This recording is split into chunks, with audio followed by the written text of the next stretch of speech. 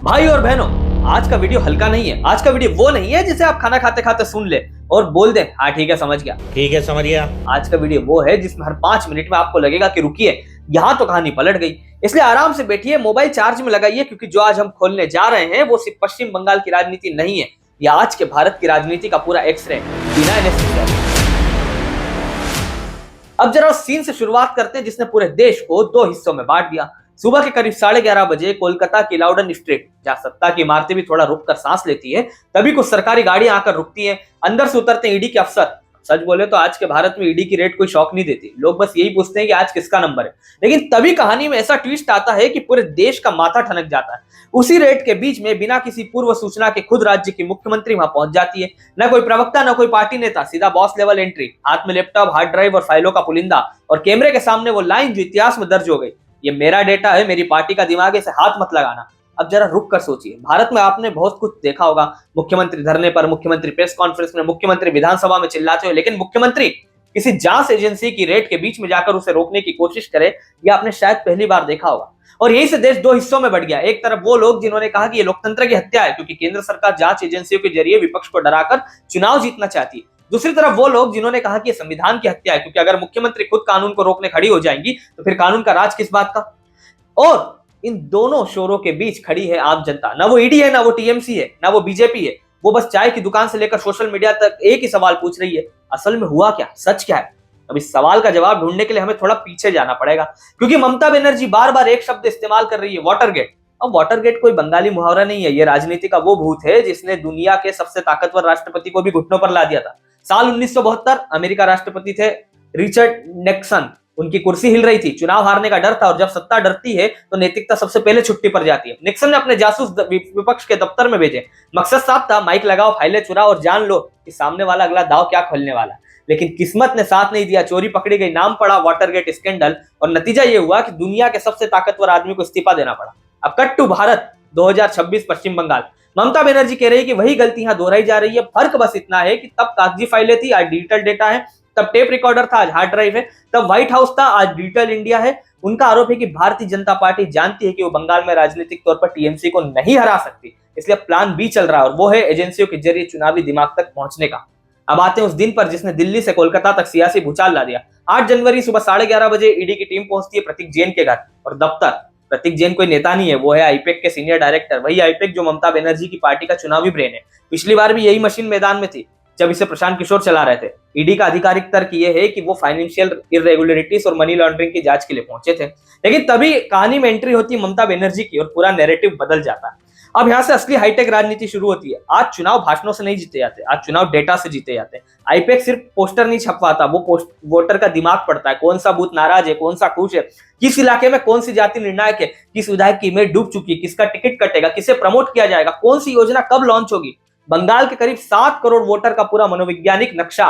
अब सोचिए, अगर ये डेटा किसी विरोधी पार्टी के हाथ लग जाए तो क्या होगा। ये वैसा है जैसे बोर्ड एग्जाम से पहले टॉपर के नोट्स चोरी हो जाए। इसलिए ममता बनर्जी इसे डिजिटल डकैती कह रही है। और अगर आप यहां तक ये वीडियो देख रहे हैं और आपको लग रहा है कि भाई ये राजनीति अब समझ में आ रही है, तो यहीं पर एक छोटा सा काम कर लीजिए, चैनल को सब्सक्राइब कर दीजिए, क्योंकि आगे भी हम इसी तरह बिना किसी पार्टी का झंडा उठाए राजनीति की परतें खोलते रहेंगे।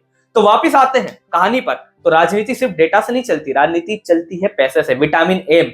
ईडी का तर्क यह है कि आईपैक को दी जाने वाली करोड़ों की कंसल्टेंसी फीस असल में पुराने घोटालों का काला धन हो सकती है, जिसे प्रोफेशनल फीस बनाकर सफेद किया जा रहा है। बीजेपी समर्थक और कुछ विश्लेषक कहते हैं कि ये रेट डेटा के लिए नहीं, बल्कि टीएमसी की फंडिंग लाइन काटने के लिए थी, क्योंकि अगर चुनाव से ठीक पहले आपकी चुनावी मशीन का पैसा रोक दिया जाए, उसके अकाउंट फ्रीज कर दिए जाए, तो पार्टी रणनीति होते हुए भी जमीन पर लड़ नहीं पाती। लेकिन कहानी यहां भी खत्म नहीं होती, क्योंकि केंद्र सरकार और ईडी जो है वो भी दूध के धुले नहीं है, उनका भी रिकॉर्ड साफ नहीं है। आंकड़े गवाही देते हैं। इंडियन एक्सप्रेस की रिपोर्ट के मुताबिक पिछले 10 सालों में ईडी ने 95% से ज्यादा रेड जो है वो केवल विपक्ष के नेताओं पर की है, और रेड करने के बाद जो सजा हुई है उसका कन्विक्शन रेट बहुत कम है।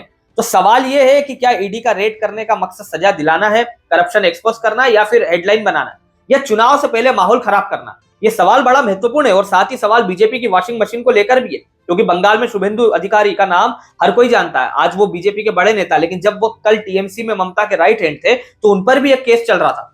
लेकिन जैसे वो बीजेपी में गए उनकी फाइल ठंडे बस्ते में चली गई।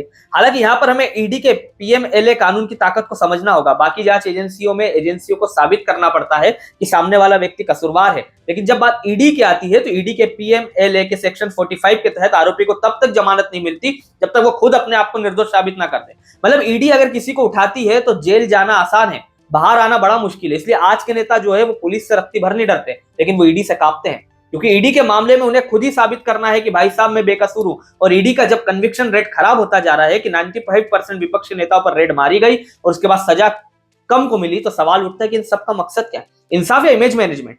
यही वो सवाल है जो ममता बनर्जी को नैतिक ताकत देता, भले ही उनकी अपनी सरकार पर भ्रष्टाचार के दाग क्यों ना हो। और इससे सवाल यह भी है कि क्या ममता बनर्जी और उनकी सरकार दूध की धुली है?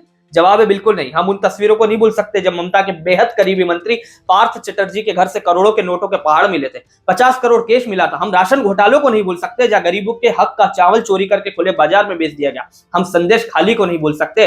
अगर ममता बनर्जी ये कह रही है कि ये सब राजनीति है, तो उन्हें भी ये जवाब देना होगा कि उनकी नाक के नीचे इतना बड़ा भ्रष्टाचार कैसे हुआ। जब आप एक संवैधानिक पद पर होकर जांच एजेंसियों को रोकते हैं तो जनता के मन में शक पैदा होता है, कुछ तो गड़बड़ है बाबा। ऐसे में सवाल ये, क्या वाकई में वो डाटा को बचा रही थी या घोटालों के सबूत को मिटा रही थी? और ये सवाल बड़ा महत्वपूर्ण सवाल है जो ममता दीदी से पूछा जाएगा, तो इसलिए जनता के मन में शक पैदा होना लाजमी है। कहीं डेटा बचाने के साथ साथ सबूत मिटाने की कोशिश तो नहीं हो रही। इस पूरी लड़ाई में सबसे ज्यादा पिसरा है सिस्टम, बंगाल का प्रशासन, आईएएस और आईपीएस अफसर। एक तरफ राज्य सरकार का दबाव, दूसरी तरफ केंद्र की एजेंसी, इधर सुनो तो उधर नाराज, उधर सुनो तो इधर कार्रवाई। जब सिस्टम संविधान से ज्यादा अपने अपने राजनीतिक आकाओं की सुनने लगे तो लोकतंत्र कागज पर बचता है, जमीन पर नहीं। अब इस पूरे मामले का इंडिया गठबंधन वाला एंगल देखिए। ममता बनर्जी राष्ट्रीय स्तर पर गठबंधन का हिस्सा है, लेकिन बंगाल में कांग्रेस और लेफ्ट उनके कट्टर विरोधी है। कांग्रेस अगर इस रेट का विरोध करती है तो बंगाल में उसका वोटर नाराज होगा, अगर चुप रहती है तो राष्ट्रीय स्तर पर गठबंधन कमजोर पड़ेगा। बीजेपी इस दुविधा को बहुत ध्यान से देख रही है, क्योंकि विपक्ष की एकता में दरार डालना आधी जीत के बराबर होता है। बीजेपी जानती है कि ममता बनर्जी को जेल भेजना शायद मुश्किल है, लेकिन इस रेट के जरिए विपक्ष के अंदर शक का बीज बोया जा सकता है। क्या राहुल गांधी ममता के लिए बोलेंगे या ममता के खिलाफ बोलेंगे, अब भविष्य में यह देखना बहुत ज्यादा दिलचस्प होगा। और आखिर में सवाल यह है कि बंगाल इतना जरूरी क्यों है? बीजेपी के लिए बंगाल विस्तार साख और भविष्य का सवाल है। हिंदी बेल्ट में जितना बढ़ना था बढ़ चुकी है, अब नई सीटें चाहिए तो बंगाल जैसे राज्यों की तरफ देखना होगा। दूसरी चीज, बंगाल बीजेपी के संस्थापक श्यामा प्रसाद मुखर्जी की धरती है, ऐसे में एक बड़ा ट्रिब्यूट हो सकता है। तीसरा, 2024 में घटी सीटों के बाद अब ये साख का भी सवाल है, क्योंकि पिछली बार भी बीजेपी ने बहुत जोर लगाया था, बहुत सारी चर्चाएं चली थी, पूरी मशीनरी का इस्तेमाल कर दिया था। फिलहाल बीजेपी देश के कई बड़े राज्यों में जो स्टेट की बड़ी बड़ी पॉलिटिकल पार्टी से विपक्ष की, उनको हरा चुकी है, लेकिन बंगाल में वो फटक नहीं पाई। और बंगाल उनके लिए बड़ा महत्वपूर्ण है। वहीं ममता बनर्जी के लिए बंगाल सब कुछ है, उनके पास बंगाल के अलावा कोई दूसरा राज्य नहीं। ममता बनर्जी जो है वो अपने भतीजे अभिषेक बनर्जी को सत्ता सौंपना चाहती है, लेकिन भ्रष्टाचार के आरोप सबसे ज्यादा उन्हीं पर है।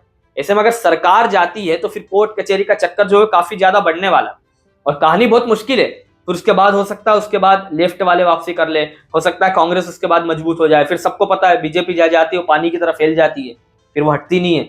अगर बंगाल हाथ से गया तो टीएमसी का अस्तित्व खतरे में पड़ जाएगा, और जब लड़ाई अस्तित्व की होती है तो नियम कायदे अक्सर पीछे छूट जाते हैं। इसलिए ममता के लिए ये डू और डाई है, क्योंकि ममता बनर्जी का सपना जो है वो नेशनल लेवल पर भी हीरो बनने का है। मतलब कहा नहीं जा रहा, लेकिन उनकी हमेशा से चाहत थी कि थर्ड फ्रंट के जरिए वो प्रधानमंत्री के उम्मीदवार बन जाए। अगर ममता को नेशनल लेवल पर अच्छा करना है तो बंगाल में उनको मजबूत रहना पड़ेगा। इसलिए सिर्फ चुनाव नहीं है, बल्कि दोनों पार्टियों के लिए सर्वाइवल की लड़ाई भी है। तो आखिर में फैसला आपका है। अगर आईपैक से डेटा चुराने की कोशिश हुई तो ये लोकतंत्र की हत्या, अगर मुख्यमंत्री ने सबूत मिटाने के लिए रेड रोकी तो ये कानून की हत्या। दुख यह है कि इस लड़ाई में जीत किसी की भी हो, हार सिर्फ आम नागरिक की हो रही है, जिसका भरोसा सिस्टम से धीरे धीरे उठता जा रहा है। इसलिए वीडियो को यहीं पॉज कीजिए, कमेंट सेक्शन में अपनी राय लिखिए, सवाल पूछिए, क्योंकि लोकतंत्र तभी तक जिंदा है जब तक हम सवाल पूछते हैं। वीडियो पसंद आया हो तो लाइक कीजिए, चैनल को सब्सक्राइब कीजिए, वीडियो को शेयर कीजिए, बेल आइकन प्रेस कर लीजिए, क्योंकि बंगाल का यह खेल अभी खत्म नहीं हुआ है। एक नई वीडियो के साथ आप सभी से जल्द मुलाकात होगी। धन्यवाद। जय हिंद।